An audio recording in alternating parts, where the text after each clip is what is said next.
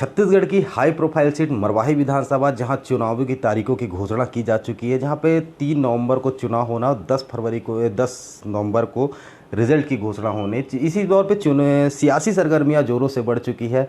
इसी बीच में हमारे साथ आज मौजूद हैं ओपी चौधरी जी, जो 2005 बैच के आईएएस हैं, जिन्होंने प्रशासनिक पद से इस्तीफ़ा देकर राजनीति में पहुंच चुके हैं।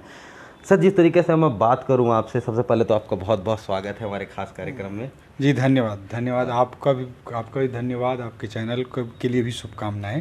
सर, जिस तरीके से मैं बात करूं, आप एक प्रशासनिक पद में थे जी, प्रशासनिक पद से राजनीति में आए। जी, युवा आपको आइडल मानते हैं, कई युवाओं के आप रोल मॉडल भी हैं। जी। इसके बाद जिस तरीके से आप जो प्रशासनिक पद से राजनीति में आए, क्या इस तरीके से युवाओं को किस तरीके की प्रेरणा देंगे? नहीं, देखिए, मेरा ये कहना है कि प्रशासन को मैं 13 साल रहा है ना। जिस तरह से मैंने गांव से अपनी यात्रा प्रारंभ की, प्रशासन में 13 साल रहा और 13 साल में मैं बहुत कुछ कर पाया लोगों के लिए, और प्रशासन के रोल को कभी भी मैं कम नहीं मानता हूं। लेकिन डेमोक्रेसी में, एक लोकतंत्र में, जो सिस्टम रूपी रेल को चलाने वाला जो इंजन होता है वो पॉलिटिक्स ही होता है। हम उसको लाइक करें या डिसलाइक करें, लव करें या हेट करें, बट वो सबसे इम्पॉर्टेंट होता है। और पॉलिटिकल स्ट्रक्चर, पॉलिटिकल सिस्टम जिस तरह से चलता है, बाकी सब सिस्टम उसको फॉलो करते हैं। पॉलिटिकल स्ट्रक्चर अच्छा हो, पॉलिटिकल लीडरशिप अच्छी हो, तो एडमिनिस्ट्रेटिव जो वर्किंग है, सैकड़ों आईएएस की वर्किंग तुरंत अच्छी हो जाती है।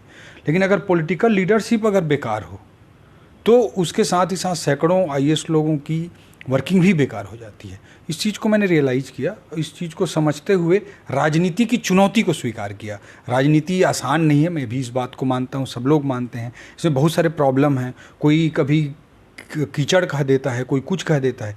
लेकिन मेरा कहना है कि बाहर से रहकर उसकी आलोचना करने के बजाय ज़िंदगी की सार्थकता इस बात में कि हम उसका हिस्सा बने और उसका हिस्सा बनकर उसमें कुछ बेहतर करने की कोशिश करें। जिस तरीके से आपने पहला चुनाव लड़ा जी, पहला चुनाव में आपको हार का सामना करना पड़ा। जी। हार के सामना करने के बाद आगे का फ्यूचर किस तरीके का होगा? चूँकि अब जिस तरीके से बता रहे हैं कि एक नायक पिक्चर में भी चलता था कि एक डायलॉग होता था, नायक पिक्चर में प्रत्यक्ष रूप से राजनीति को दिखाया गया है। जी। तो मेरा कहना ये है कि आगे का फ्यूचर कैसा होगा आपका? देखिए, मतलब राजनीति में जब हम आते हैं तो इसको ऐसे एक चुनाव या एक इस दृष्टिकोण से नहीं लेना चाहिए। मैं मानता हूं कि जैसे मैं प्रशासन में 13 साल की अपनी जर्नी किया, राजनीति में कम से कम 25-30 साल की जर्नी करूंगा, और इन 25-30 सालों में जनता और ईश्वर कभी न कभी ज़रूर आशीर्वाद देंगे, जिससे मैं कुछ अच्छा कर पाऊंगा। और मैं इस चीज़ को लेकर चलता हूं और इस हिसाब से मैं अपनी राजनीति को आगे कैरी फॉरवर्ड करूंगा।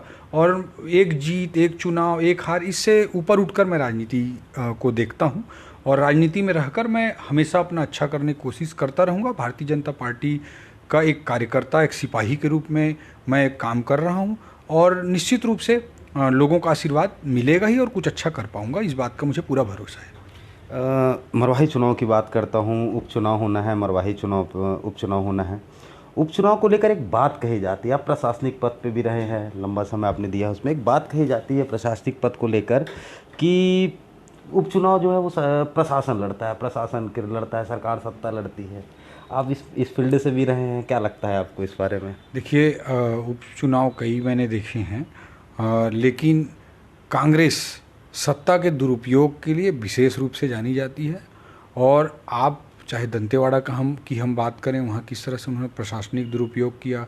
ऐसे ही बूथ जहाँ पे कोई वोट ही 3-4 वोट से कभी ज़्यादा पड़े नहीं, हाईली नक्सल अफेक्टेड बूथ थे, वहाँ 99% तक वोटिंग हुई, और जब वोट ईवीएम निकला तो वो 99% वोट कांग्रेस को गए थे। तो इस तरह की बहुत ही गलत तरीके से प्रशासन के दुरुपयोग कांग्रेस करती आई है, सत्ता का दुरुपयोग करने की कोशिश करती है। मरवाही में भी यही करने की कोशिश कर रहे हैं ये लोग, कांग्रेस वाले। लेकिन जनता बहुत अच्छे तरीके से वास्तविक चीज़ों को समझती है, और कांग्रेस से पूरी जनता 2018 में जिस तरह से कांग्रेस को उनके झूठ पर आकर जीता दी थी, आज ठगा हुआ कांग्रेस के कारण जनता महसूस कर रही है, और इस बात का एक रिएक्शन जरूर जनता देगी।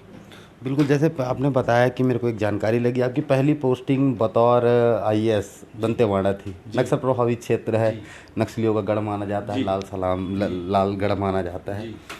कैसा रहा है अनुभव वहाँ का, और नक्सलवाद पर अगर कोई जानकारी देना चाहिए, किस तरीके से बढ़ रहा है या घट रहा है, क्या है इसके बारे में जानकारी? कि नक्सलवाद और बस्तर दंतेवाड़ा की स्थिति परिस्थिति बहुत अपने आप में जटिल और बृहद विषय है। तो मैं इतना ही कहना चाहूँगा कि एक्चुअली कांग्रेस के आने के बाद जिस तरह से अभी बीजापुर में हत्याएं हुई हैं, जिस तरह से खुलेआम लोग मतलब निडर होकर नक्सली अपनी एक्टिविटीज़ को अंदर ही अंदर बढ़ावा दे रहे हैं, और जहां मतलब कंट्रोल काफ़ी हद तक हो गया था, काफ़ी पास पास तक आ गए हैं, पास पास के गांव तक। तो एक नेगेटिव सिचुएशन वहाँ पे क्रिएट हो रही है। और भूपेश बघेल जी ने शुरू से ही जिस तरह से नक्सलवाद के फ्रंट पर कन्फ्यूजिंग बयान दिए हैं, उससे पुलिस प्रशासन सब लोग कन्फ्यूज हैं। और नक्सलवाद के फ्रंट पर मैं यही कहना चाहूँगा कि कांग्रेस और मुख्यमंत्री जी के जो कार्रवाई, उनके जो कमेंट्स हैं, उनके जो एक्टिविटीज़ हैं, वो बहुत ही नेगेटिव मैसेज देते हैं। पहला दौरा है आपका मरवाही क्षेत्र में, इस ज़िले में जी। तो जिस तरीके से पहला दौरा है, मैं और मरवाही उपचुनाव भी हो रहा है, पहला दौरा है, राजनीतिक दौरा है आपका, कैसे देखते हैं इसको, और कैसे क्या लगता है कि डॉक्टर गंभीर सिंह पर जो भरोसा जताया गया है कितना कारगर साबित होगा ये? एक्चुअली मैं सबसे पहले ये क्लियर कर दूं कि बतौर राजनीतिज्ञ ये मेरा पहला दौरा है निश्चित रूप से।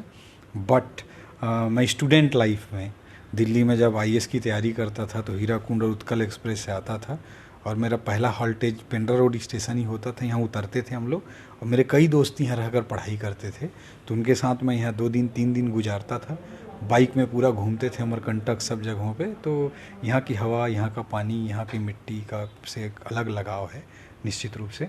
और ऐसे सिनारियों में अब मैं पॉलिटिशियन के तौर पे निश्चित रूप से पहली बार आया हूँ, और मैं बार बार लगातार आता रहता हूँ। अमरकंटक मेरी फेवरेट जगह है, बट अभी बतौर राजनीतिज्ञ मैं फर्स्ट टाइम यहाँ आया हूँ। और मैं इस चुनाव में देख रहा हूँ कि जिस तरह से अलोकतांत्रिक तरीके से चुनाव जीतने का कांग्रेस हर तरह से प्रयास कर रही है, हर एक को डराना धमकाना। एक कांग्रेसी नेता एक आदिवासी महिला के साथ किस तरह से किया, एक आदिवासी महिला के साथ, बहन के साथ कांग्रेसी नेता का बेटा किस तरह से किया, उसको लोगों ने देखा। एक मंत्री माँ दुर्गा जी की आरती से भी अपने आप को बड़ा समझते हैं, उसको भी यहाँ के लोगों ने देखा। यहाँ कांग्रेस के अध्यक्ष मोहन मरकाम जी बूथ बूथ में जाकर धमका रहे हैं लोगों की, हमारे पास 69 सीट है, हमको कोई फ़र्क नहीं पड़ेगा। लोकतंत्र में आप क्या जताना चाहते हैं? ये कुल मिलाकर कांग्रेस के अराजक होने की स्थिति को दर्शाता है, और इस चीज़ को मरवाही की जनता समझ रही है और बड़ा मैसेज देगी मरवाही की जनता। जी बिल्कुल। तो ये थे हमारे साथ 2005 बैच के आईएएस जिन्होंने इस्तीफा देकर राजनीति में प्रवेश कर लिया है, जिन्होंने बताया किस तरीके से यहाँ पर अराजकता का माहौल है, सरकार सत्ता का किस तरीके से दुरुपयोग कर रही है। बहरहाल अभी उपचुनाव की तारीखों की घोषणा हो चुकी है, तारीखों के बाद उपचुनाव होना है। देखने वाली बात होगी कि किसके सर पर ताजपोशी होती है, कौन होता है मरवाही का सरताज, और किसके सिर पर होगा ताज। कैमरा पर्सन वैभव के साथ सुशांत गौतम, बीसीसी न्यूज़, गौरला पेंड्रा, मरवाही।